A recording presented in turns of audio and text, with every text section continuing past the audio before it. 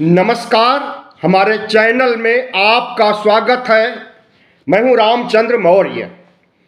साथियों, 2024 बिल्कुल करीब आ गया है।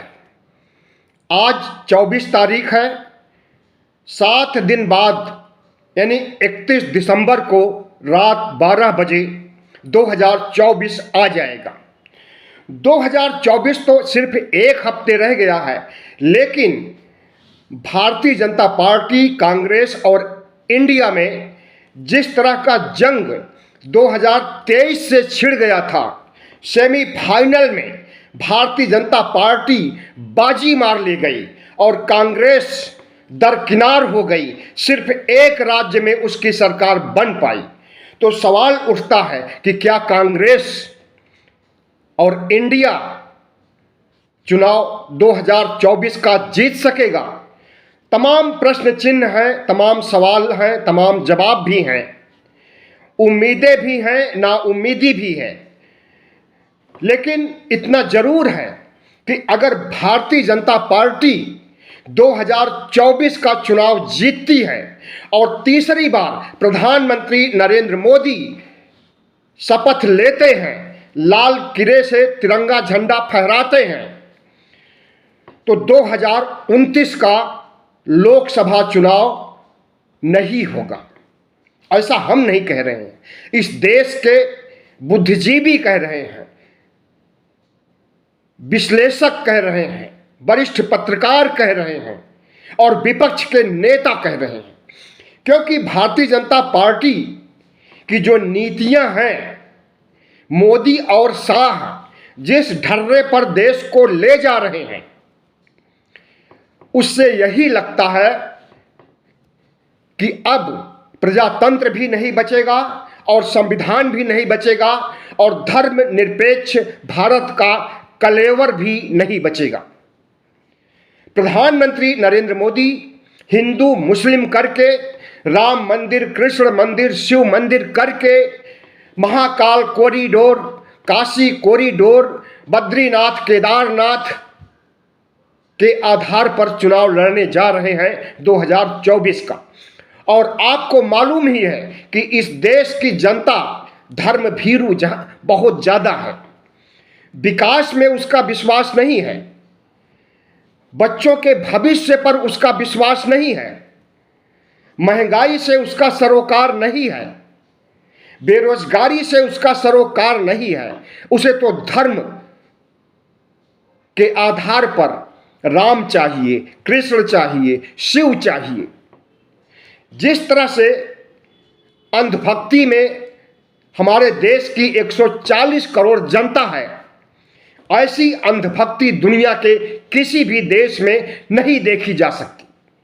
क्योंकि हिंदू धर्म अंधभक्त और अंधभक्ति और पाखंड अंधविश्वास पर ही आधारित है। और इस तरह के अंधविश्वास, पाखंड आए दिन को देखने को मिलते हैं। और वही अंधविश्वास और पाखंड की पराकाष्ठा है राम मंदिर, प्राण प्रतिष्ठा, मंदिर का उद्घाटन। इस देश में धर्मनिरपेक्षता का सिद्धांत संविधान में दे करके बाबा साहब गए हैं, लेकिन धर्मनिरपेक्षता तार तार हो चुकी है। समाजवाद का सिद्धांत बाबा साहब दे करके गए हैं, समाजवाद भी तार तार हो चुका है। समानता का अधिकार, पता नहीं कितने अधिकार इस तरह के हैं जो कि हमें विकास की ओर ले जाते हैं, जो हमारी साझा संस्कृति को अक्षुण्ण रख सकते हैं, जो हमारे देश को किसी धर्म विशेष का नहीं बल्कि सभी धर्मों का आदर करने की बात सिखाई गई है संविधान में। वह देश आज हिंदू मुस्लिम करके और हिंदू धर्म को बढ़ावा दे करके चुनाव जीतना चाहता है और उसके बाद हिंदू राष्ट्र बनाना चाहता है। आपको मालूम ही है कि आरएसएस का जन्म 1925 में हुआ था और उसका जन्म इसीलिए हुआ था कि हिंदू राष्ट्र बनाया जाए, मुसलमानों को खदेड़ दिया जाए, ओबीसी, एससी, एसटी को पंगु कर दिया जाए, उन्हें राजनीतिक अधिकार, उन्हें नागरिकता न दी जाए। ऐसी सोच आरएसएस की, और वही सोच उसकी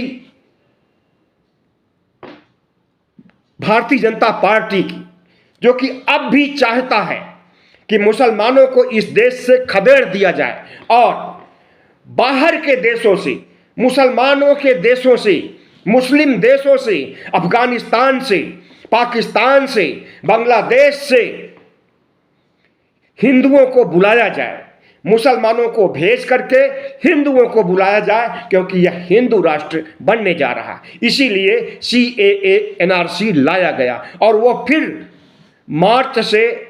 इसी मार्च 2024 से फिर से CAA NRC का भूत बोतल से बाहर आने वाला है और इस देश के मुसलमानों को बाहर के देशों में भेजा जाएगा। OBC SC ST की नागरिकता खत्म कर दी जाएगी और जब नागरिकता खत्म हो जाएगी तो उसे वोट देने का भी अधिकार नहीं रहेगा। वह एक दोयम दर्जे का इंसान बनकर के जिंदा रहेगा, या उसे भी डिटेंशन कैंप में डाल दिया जाएगा, जहां पर क्या हालात होते हैं आपको पता होना चाहिए कि असम के डिटेंशन कैंप में सैकड़ों मौतें हुई हैं, लोग जर्जर हो गए हैं, दुर्बल हो गए हैं खाने पीने के अभाव में। वही हाल इस देश के OBC SC ST का होने वाला है मोदी राज में। अगर 2024 में फिर से मोदी राज आएगा तो CAA NRC के तहत इस देश के OBC SC ST जो 85% हैं उनकी नागरिकता खत्म की जाएगी, इतना सुनिश्चित हो गया है। इसकी घोषणा गृह मंत्री ने भी किया है और अजय टेनी, जिसके बेटे ने किसानों के ऊपर कार से कुचल दिया था कई किसानों को, उसने भी धमकी दिया है कि CAA NRC को फिर से लाया जा रहा है मार्च 2024 में, और चुनाव के बाद वही हाल होगा जो मैंने अभी बताया था। अघोषित आपातकाल चल रहा है इस देश में, जिस देश की संसद से 150 से अधिक सांसद एक मुश्त बर्खास्त कर दिए गए हैं, सस्पेंड कर दिए गए हैं। उस देश में आपातकाल नहीं तो क्या अमृतकाल चल रहा है? अमृतकाल के नाम पर आपातकाल चलाया जा रहा है और इस आपातकाल में न सिर्फ संसद सदस्यों की सदस्यता ली जा रही है, राहुल गांधी से लेकर के और तमाम 151 सांसदों की सदस्यता ली गई, और विपक्ष मुक्त चाहता है आरएसएस और भारतीय जनता पार्टी के नेता। इनको विपक्ष पसंद नहीं है, और प्रजातंत्र की खूबी है कि विपक्ष जितना मजबूत होता है उतना ही अच्छा सुशासन चलता है, उतना ही अच्छा राज होता है किसी भी पार्टी का। लेकिन यह सिद्धांत अब संविधान तक रह गया है या लोगों की जुबानी तक रह गया है। अब मोदी राज है और आरएसएस का राज है, और इस राज में अघोषित आपातकाल के दौरान जो कुछ अत्याचार, अन्याय, उत्पीड़न हो जाए उसे आप बहुत कम करके समझिए, क्योंकि अभी और होने वाला है। अभी तो सिर्फ संसद सदस्य निलंबित किए गए हैं, अभी तो तमाम राज्यों में जहां जहां भारतीय जनता पार्टी के अलावा सरकारें हैं, डबल इंजन के अलावा सरकारें हैं, वहां के मुख्यमंत्री और विधायक भी बर्खास्त किए जाएंगे। ऐसे दिन आने वाले हैं और इसके संकेत मिल चुके हैं, मिल रहे हैं। और जहां तक प्रजातंत्र की बात है तो प्रजातंत्र को तो बिल्कुल खोखला कर दिया है। अब उसका ढांचा मात्र रह गया है और उस ढांचे को भी गिरा देगा, जैसे बाबरी मस्जिद के ढांचे को गिरा दिया गया था, उसी तरह से प्रजातंत्र, लोकतंत्र के ढांचे को भी गिराने की साजिश चल रही है। जैसे ही 2024 का चुनाव होगा, हिंदू राष्ट्र घोषित किया जाएगा, राजतंत्र घोषित किया जाएगा, वैसे ही प्रजातंत्र भरभरा करके गिर जाएगा रेत की दीवार की तरह। अघोषित लोकतंत्र, अघोषित आपातकाल के दौरान वो हो रहा है जो इंदिरा गांधी ने भी नहीं किया था। इंदिरा गांधी ने संसद सदस्यों को बर्खास्त नहीं किया था, इंदिरा गांधी ने संसद पर हमला नहीं करवाया था, लेकिन हमारे देश में भारतीय जनता पार्टी के शासनकाल में पहला भी आक्रमण हुआ था संसद पर, जब कई जवान मारे गए थे, कई नेता मारे गए थे आतंकवादियों की गोली से। और दूसरा हमला भी भारतीय जनता पार्टी के शासनकाल में उसके एक एमपी ने कराया है, मैसूर का एमपी प्रताप सिंह। उसने पास दिया था इन बेरोजगार युवा युवतियों को विजिट करने के लिए संसद भवन में, और उसके साथ कोई कार्रवाई नहीं हुई। अगर वही प्रताप सिंह कांग्रेस का नेता होता या किसी अन्य पार्टी का नेता होता तो अब तक उसके घर पर बुलडोजर चल गया होता और वो जेल में होता। क्योंकि भारतीय जनता पार्टी का सांसद है, इसलिए उसके साथ न कोई कार्रवाई हो रही है और न कोई कार्रवाई होगी। लेकिन हमले का गुनाहगार वही है, और उसी हमले के आधार पर विपक्ष ने संसद में चर्चा की मांग की तो विपक्षी नेताओं को बर्खास्त कर दिया गया, निलंबित कर दिया गया, हटा दिया गया संसद भवन से। तो यह अनीति कब तक चलेगी? तुलसीदास की एक बहुत अच्छी चौपाई है, नीतिप्रद है। करहि अनीति ताहि डर नाही, करहि अनीति ताहि डर नाही, ये जई हैं थोड़े दिन माही। तो नरेंद्र मोदी और उनकी सरकार भी थोड़े दिन में जाने वाली है, क्योंकि इंडिया गठबंधन बन करके तैयार हो गया है और 4-4 बैठकें हो गई हैं। सीट बंटवारे के फार्मूले पर बात चल रही है, साझा रैलियां करने, साझा रोड शो करने और आक्रामक प्रचार करने, और इस देश के 140 करोड़ लोगों को मोदी सरकार के चाल चरित्र चेहरे से अवगत करने की रणनीति बनाई जा रही है इंडिया के द्वारा। हालांकि इंडिया को तोड़ने की बहुत कोशिश की जा रही है, नीतीश कुमार को इंडिया से अलग करने की कोशिश की जा रही। नीतीश कुमार जो कि फाउंडर हैं, जिन्होंने की स्थापना करने में बड़ा योगदान निभाया है इंडिया का, तमाम घटक दलों से मिल करके व्यक्तिगत तौर पर उन्होंने परामर्श किया और आपसी वैमनस्य और आपसी दुश्मनी जो कि एक दूसरे राजनीतिक दल के प्रति होती है, उसे दूर करके उन्होंने 28 पार्टियों का इंडिया गठबंधन बनाया। आज उनके खिलाफ कार्रवाई हो रही है। उनके जनता दल यू के अध्यक्ष को भारतीय जनता पार्टी ने खरीद लिया, और अब ऐसी स्थिति आ गई है कि जनता दल यू के अध्यक्ष को बर्खास्त किया जा रहा है या कर दिया गया है, और दूसरे अध्यक्ष की तलाश की जा रही। हो सकता है कि नीतीश कुमार ही क्यों ना अध्यक्ष भी बन जाए, या कर्पूरी ठाकुर के बेटे को बनाए जाने की भी संभावना है, जो कि अति पिछड़ी जाति से आते हैं। और पिछड़ी जातियों के लिए नीतीश कुमार ने जो कुछ किया और कर रहे हैं और करेंगे, उससे बिहार में भारतीय जनता पार्टी को लोकसभा की कोई भी सीट मिलने की संभावना नहीं है। नीतीश कुमार के समर्थन से ही थोक के भाव 2019 में भारतीय जनता पार्टी और नीतीश कुमार के गठबंधन एनडीए को सीटें मिली थी। लेकिन वही नीतीश कुमार आज लालू यादव के साथ हैं, महागठबंधन के साथ हैं, इसलिए वो सारी की सारी सीटें शिफ्ट होने जा रही हैं गठबंधन की तरफ, जो उनका महागठबंधन है बिहार में अपना अलग। इंडिया गठबंधन अलग है और बिहार का महागठबंधन अलग है। तो जिस तरह से प्रधानमंत्री नरेंद्र मोदी इंडिया से डर करके इंडिया के घटक दलों के नेताओं के ऊपर सीबीआई, ईडी, आईटी की रेड डाल रहे हैं और उन्हें तंग कर रहे हैं। कल भी अरविंद केजरीवाल को तीसरा सम्मन मिला है ईडी का।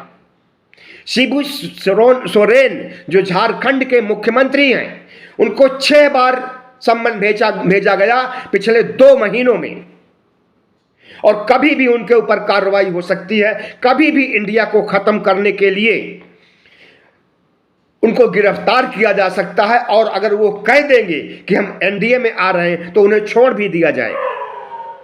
अरविंद केजरीवाल को गिरफ्तार कर दिया जाएगा, और अगर वो कहेंगे कि हम भारतीय जनता पार्टी के एनडीए में आ रहे हैं तो उन्हें भी छोड़ दिया जाएगा। Washing machine, Modi washing machine को आप अच्छी तरह से जानते ही होंगे कि कितना इन्होंने सरकारें गिराई और बनाई, और अपने वॉशिंग मशीन में साफ करके उन्हें बेदाग कर दिया।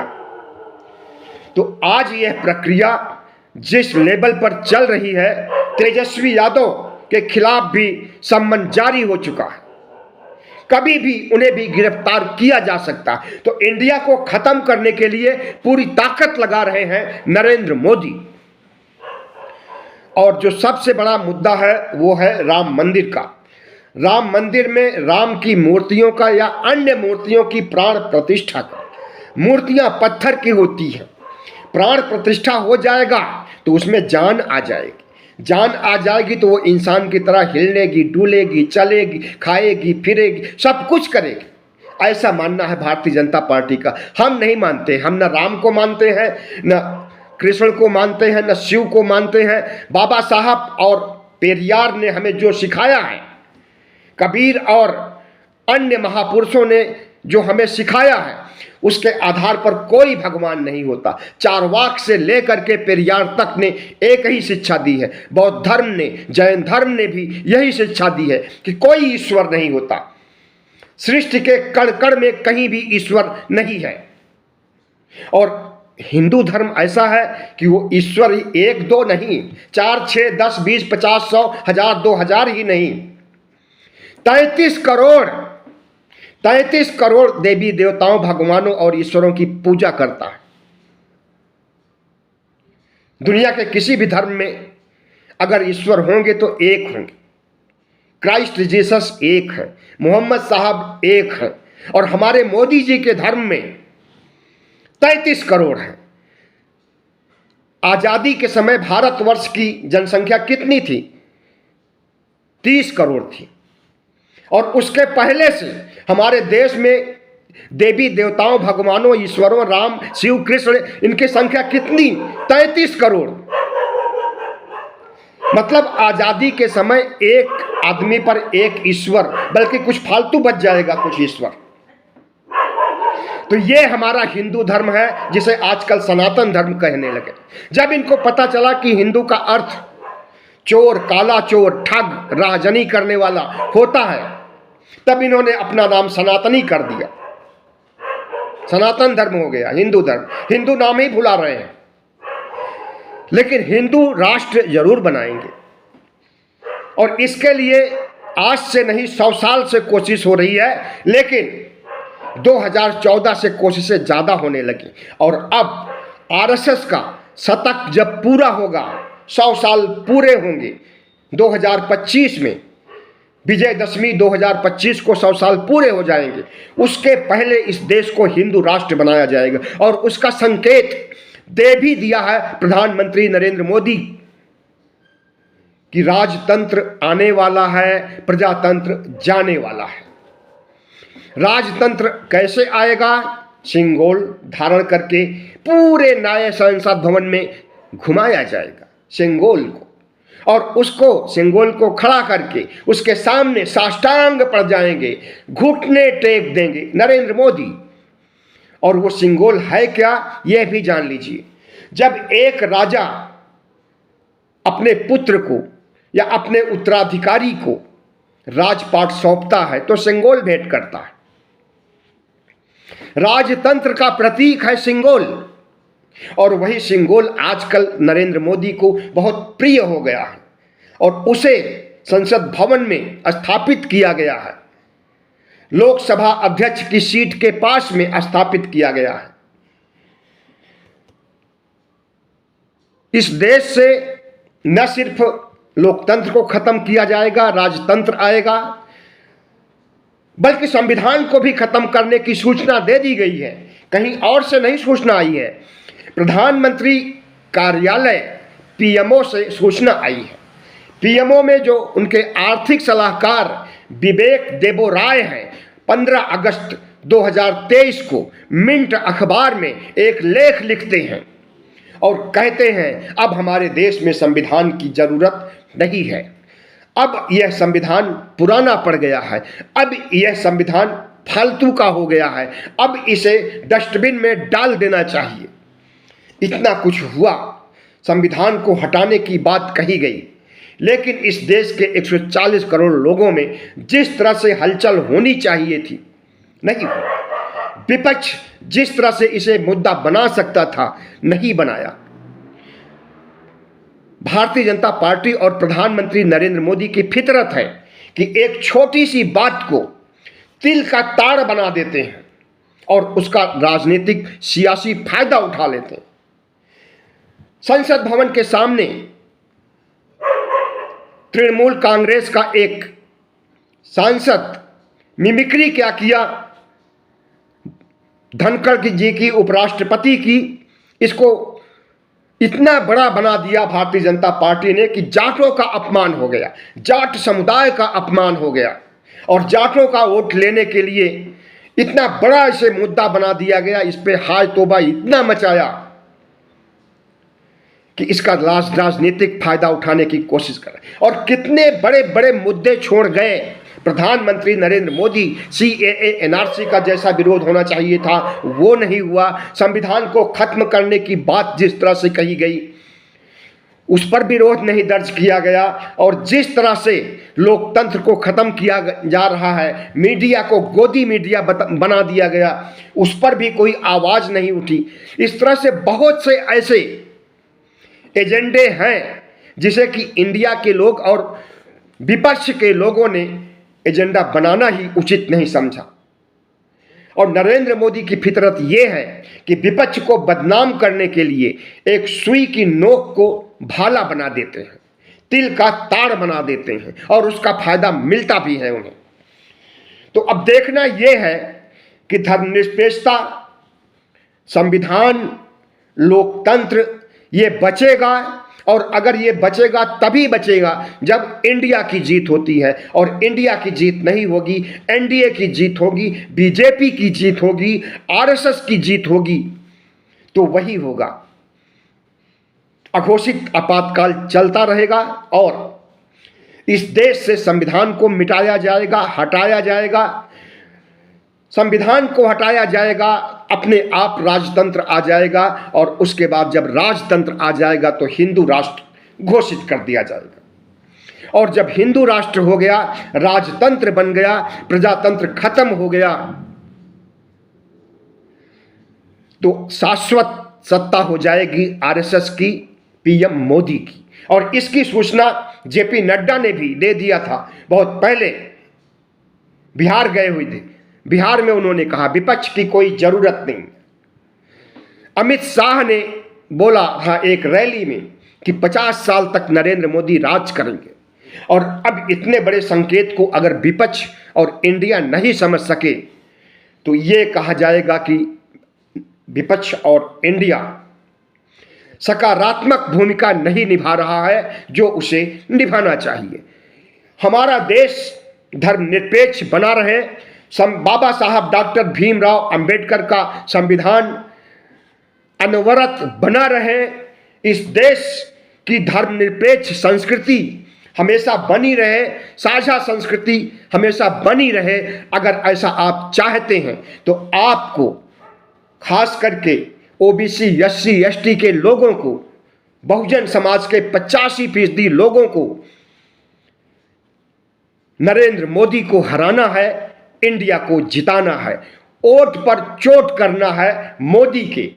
और अगर ऐसा नहीं हुआ तो फिर से वही गुलामी आएगी जिस गुलामी में हम मनुस्मृति युग में जिया करते थे। वही मनुस्मृति संविधान होगा और वही राजतंत्र लागू हो जाएगा, वही 15% शासक सवर्ण लोग हमारे ऊपर राज करेंगे कई सदियों तक। बहुत बहुत धन्यवाद। हमारे चैनल को सब्सक्राइब कीजिएगा, लाइक कीजिएगा और शेयर कीजिएगा।